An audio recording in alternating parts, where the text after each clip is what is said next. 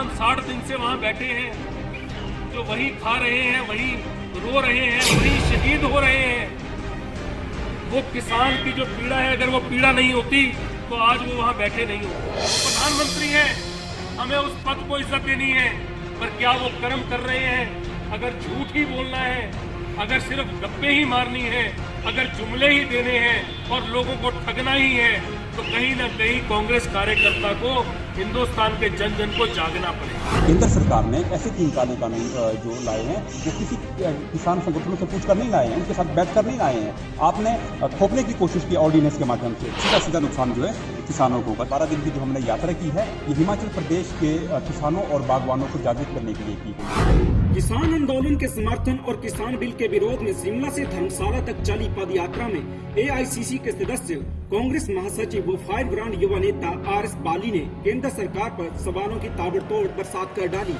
क्रमबद्ध तरीके से केंद्र सरकार के हर वादे का जिक्र करते हुए रघुवीर सिंह बाली ने क्या कुछ कहा, आप भी सुने।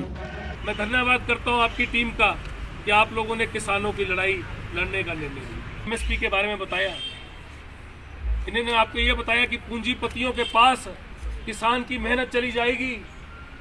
आज जो किसान 60 दिन से वहां बैठे हैं, जो वही खा रहे हैं, वही रो रहे हैं, वही शहीद हो रहे हैं, वो किसान की जो पीड़ा है, अगर वो पीड़ा नहीं होती तो आज वो वहां बैठे नहीं होते। घर से बैठना बहुत मुश्किल होता है बाहर जाके, पर आज ये एक ऐसी सरकार है जो कि बहरी भी है, जो कि अंधी भी है, जो कि निकम्मी भी है, जो कि निठल्ली भी है, जो कि सिर्फ बात करना जानती है, जुमले बोलना जानती है, सिर्फ बातें करके लोगों को अलग अलग चीजें प्रलोभन देना जानती है। वो प्रधानमंत्री हैं, हमें उस पद को इज्जत देनी है, पर क्या वो कर्म कर रहे हैं? अगर झूठ ही बोलना है, अगर सिर्फ गप्पे ही मारनी है, अगर जुमले ही देने हैं और लोगों को ठगना ही है, तो कहीं ना कहीं कांग्रेस कार्यकर्ता को, हिंदुस्तान के जन जन को जागना पड़ेगा। आज जरूरत है कि हर जन आंकलन करे कि 7 साल पहले उन्होंने क्या कहा था, हर एक भाषण में उन्होंने क्या कहा था। जब वो बिहार में भाषण देने जाते हैं तो वो कितना बड़ा पैकेज अनाउंस करते हैं, और जब उनकी सरकार नहीं आती है तो वो पैकेज कहां रह जाता है, ये देखना पड़ेगा। आज जब उनकी सरकार आ गई है तो क्या उन्होंने वो पैकेज दे दिए हैं, उसका आंकलन करना पड़ेगा। आंकलन करना पड़ेगा कि कहां कहां पे लोगों ने उनको बाहर धकेला है। सरकार में होने के बावजूद उनको क्यों जाके सरकार, चुनी हुई सरकारों को तोड़ना पड़ा, और मध्य प्रदेश में उन्होंने कांग्रेस की चुनी हुई सरकार को अपने पैसे के बल पे, प्रलोभन के बल पे तोड़ के बाहर गिराया। क्यों राजस्थान में भी वो यही कर रहे थे जिसमें वो विफल हो गए? ऐसा क्या है कि उनको कर्नाटका की सरकार भी गिरानी पड़ी और उनको कर्नाटका की चुनी हुई सरकार को बाहर निकालना पड़ा? ऐसा कब हुआ है कि चुनी हुई सरकारों को, जिनको वोट देके लोग भेजते हैं, उनको किसी न किसी ढंग से 6 महीने में, 8 महीने में, 1 साल में MLO को, MPओ को बाहर निकाल के कहीं ना कहीं तोड़ा जाता है, मरोड़ा जाता है? ऐसा कभी पहले नहीं हुआ। कहीं ना कहीं आकलन करने की जरूरत है कि जो आज वेटर था वो आज भी वेटर है, जो टैक्सी वाला था वो आज भी टैक्सी वाला है। कहीं ना कहीं आकलन करने की जरूरत है कि पेट्रोल के भाव पहले क्या थे, आज क्या है। कहीं ना कहीं आकलन करने की जरूरत है कि गैस कहां थी, आज कहां है। कहीं ना कहीं देखने की जरूरत है कि नौजवान की पीड़ा जो है, उसके कारण नौजवान हताश है, खुदकुशी कर रहा है, पर उसकी खबरें कहीं ना कहीं दबाई जा रही हैं। कहीं ना कहीं ये भी देखने की जरूरत है कि कई प्रदेशों ने निर्णय ले लिया है कि बीजेपी को हमने बाहर रखना है, और दिल्ली उनमें से एक है। मैं ये नहीं कहता कि आप किसी भी सरकार में किस पार्टी को लेकर, ये आंकलन लोगों ने करना है। जो सरकार डिलीवर करेगी, जिस नेता पे लोगों को लगेगा वो काम करेगा, जिसकी कथनी और करनी में फर्क नहीं होगा, जो इंसान जो कहेगा वही करेगा, उसके साथ जन जन चलेगा। मैं इस चीज को मानता हूं, पर कहीं ना कहीं आंकलन करके, डिसीजन लेके, निर्णय लेके एक लड़ाई को निर्णायक मोड़ पे लाने की जरूरत है, और वो तब तक नहीं हो सकता जब तक हमारे नौजवान जागरूक नहीं होंगे, लड़ाई के लिए मजबूत नहीं होंगे, घर घर से बाहर नहीं निकलेंगे। RS बाली ने कार्यकर्ताओं का हौसला बढ़ाते हुए कहा कि कार्यकर्ता पार्टी की ताकत है। पार्टी के लिए हर लड़ाई लड़ने वाले कार्यकर्ता का सभी नेताओं को ध्यान रखना होगा और उन्हें सम्मान देना होगा। दीपक भाई, आपने ये निर्णय लिया कि आपने इस आह्वान को चलाना है। आपने कांग्रेस पार्टी में, यूथ कांग्रेस में, पीसीसी में जितनी भी पार्टी के फ्रंटल ऑर्गेनाइजेशन है, उसमें आपने सबसे पहले ये निर्णय लिया कि पंचायती राज इस निर्णय को लेके आगे चलेगा, इस आंदोलन को लेके आगे चलेगा।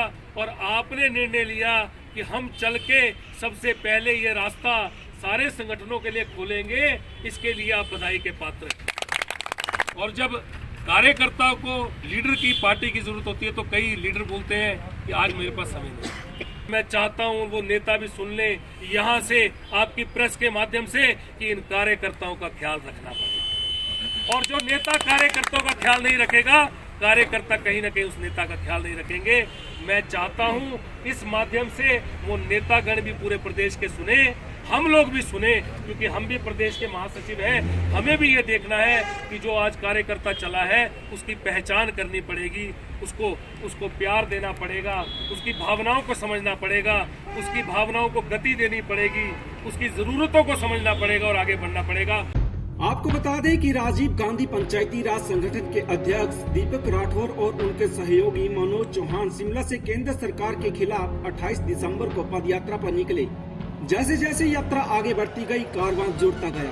पदयात्रा का मकसद लोगों को किसान बिल और केंद्र सरकार की जन विरोधी नीतियों के प्रति जागरूक करना था। यात्रा 12वें दिन धर्मशाला पहुंची तो युवा नेता रघुवीर सिंह बाली भी इस पदयात्रा में शामिल हुए। उनके साथ धर्मशाला नगर निगम के मेयर देवेंद्र जग्गी, सुमित खन्ना, धर्मशाला से पूर्व प्रत्याशी विजय इंद्रकर्ण, दिग्विजय पुरी, यूथ कांग्रेस अध्यक्ष पंकज कुमार और पुनीत धीमान सहित कई नेता मौजूद रहे। पदयात्रा के समापन कार्यक्रम में दीपक राठौर ने कहा कि केंद्र सरकार द्वारा लाया गया किसान बिल एक काला कानून है। इसके विरोध में हिमाचल में 12 दिन हमने पैदल यात्रा की और लोगों को इस बिल के बारे में बताया। आप भी सुने क्या कहते हैं राठौर। जैसा कि हम सब जानते हैं कि जब भी देश के अंदर में लोकतंत्र को कमजोर करने की साजिशें हुई है, तब कांग्रेस पार्टी ने और कांग्रेस पार्टी के अग्रणी संगठनों ने इसको बचाने के लिए मुहिम चलाई है। राजीव गांधी पंचायती राज संगठन ने यह तय किया कि किसानों के सम्मान में और 3 जो काले कानून केंद्र सरकार ने लाए हैं, जो देश की खेत और खेती दोनों के लिए घातक है, उनको तुरंत प्रभाव से वापस लिया जाए। इस विषय को लेकर हमने ये पदयात्रा 28 दिसंबर से कांग्रेस के स्थापना दिवस से शुरू की थी, जो 12 दिनों के बाद आज यहाँ संपन्न हुई है। 12 दिन की जो हमने यात्रा की है, ये हिमाचल प्रदेश के किसानों और बागवानों को जागृत करने के लिए की गई है कि भाई आप लोगों को अवेयर होना पड़ेगा। जो 5 लाख हमारे किसान भाई इस समय सिंघू बॉर्डर के आसपास जमा हुए, दिल्ली के आसपास में, हम उनका पूरा समर्थन करते हैं। अगर जल्दी से जल्दी ये नहीं लिए जाते हैं वापस, तो उनके समर्थन में कोई दूसरी मुहिम हम हिमाचल प्रदेश में छेड़ेंगे, क्योंकि जब तक ये तीनों काले कानून वापस नहीं होते हैं, तब तक ना हमारे खेत बचते हैं, ना हमारी खेती बचती है। और खेत और खेती हमारे दोनों बचाना हमारा लक्ष्य है। मृत्युंजय पुरी, समाचार फर्स्ट।